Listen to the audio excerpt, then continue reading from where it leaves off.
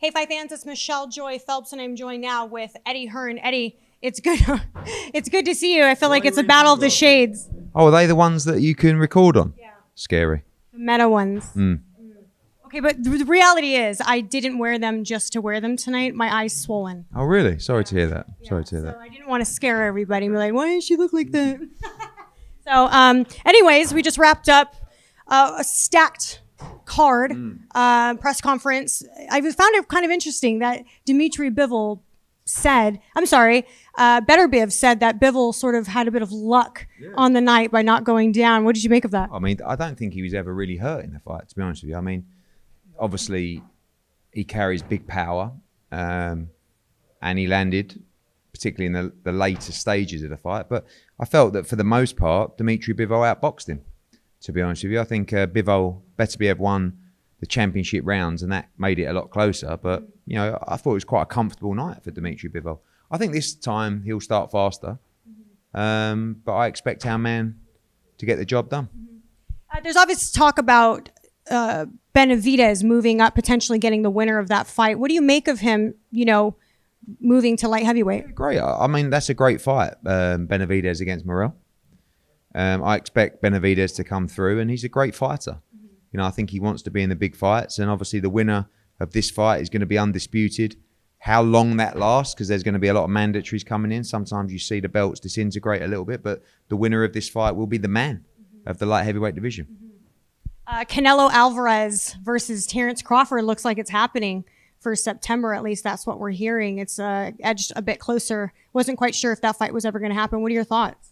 Yeah, I mean, it's a great fight.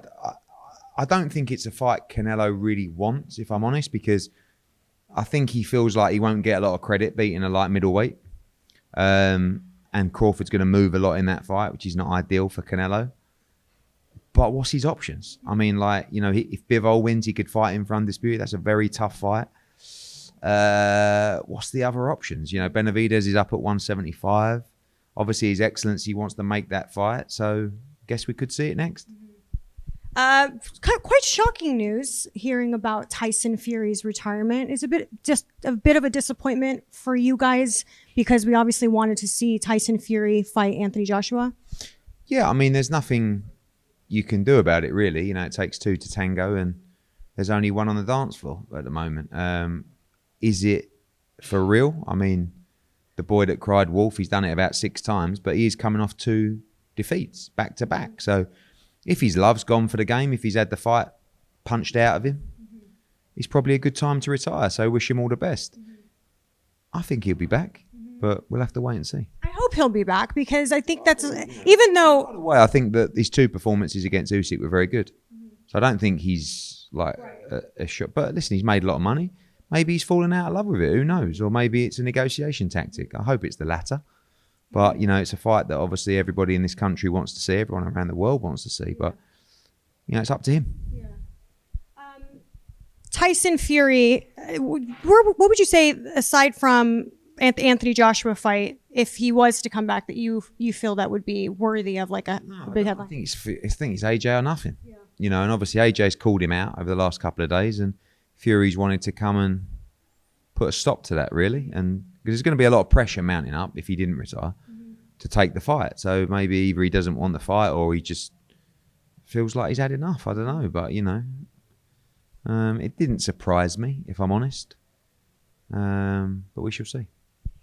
Usyk versus Opetaia? Very... I think it's an amazing fight. Yeah. Like, you know, when you look at, obviously, he's beaten Dubois, and, you know, you got Dubois-Parker coming up. I think Parker's got a great chance in that fight. But I don't see any other fights at heavyweight for Usyk. Yeah. And I just think Opetaia, like, but what we've got to do is we've got to become undisputed at cruiserweight, because obviously that's what Usyk did. So if we can do that, it puts some real validity behind the fight, and it's a historic fight.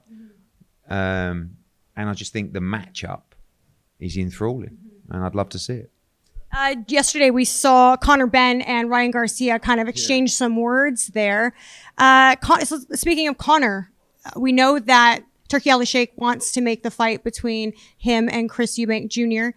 Last time we spoke, we weren't quite sure about the percentage split and what was going on there. Do you have any updates? Yeah, the percentage split's kind of irrelevant now because his Excellency's in the middle doing the individual deals with both. So That made your life so much easier, though. I couldn't do a deal with Eubank.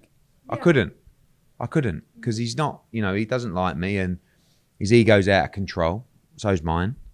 And yeah, it's a great way to get these fights made. And obviously with his input, sometimes financially as well, it helps get these fights over the line. So it's not there yet, but it's pretty close and hoping for some good news this week.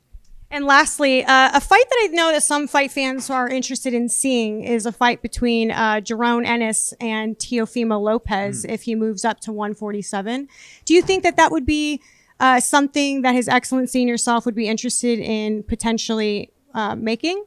Yeah, I mean, all Boots wants to do is unify at the moment. That's why he didn't fight Ortiz. And that's why, we've spoken to Top Rank about the Teofimo Lopez fight. We received an offer which was much lower than anticipated. But even beyond that, he just wants to unify. And that is an absolute priority. We'll exhaust that before we look at other fights. But Boots against Teofimo is a fantastic fight. All right, Ed, I know you got to jet out of here. Thank you so much for your time, as always. Cheers, Thank you. Cheers. Bye, fight fans.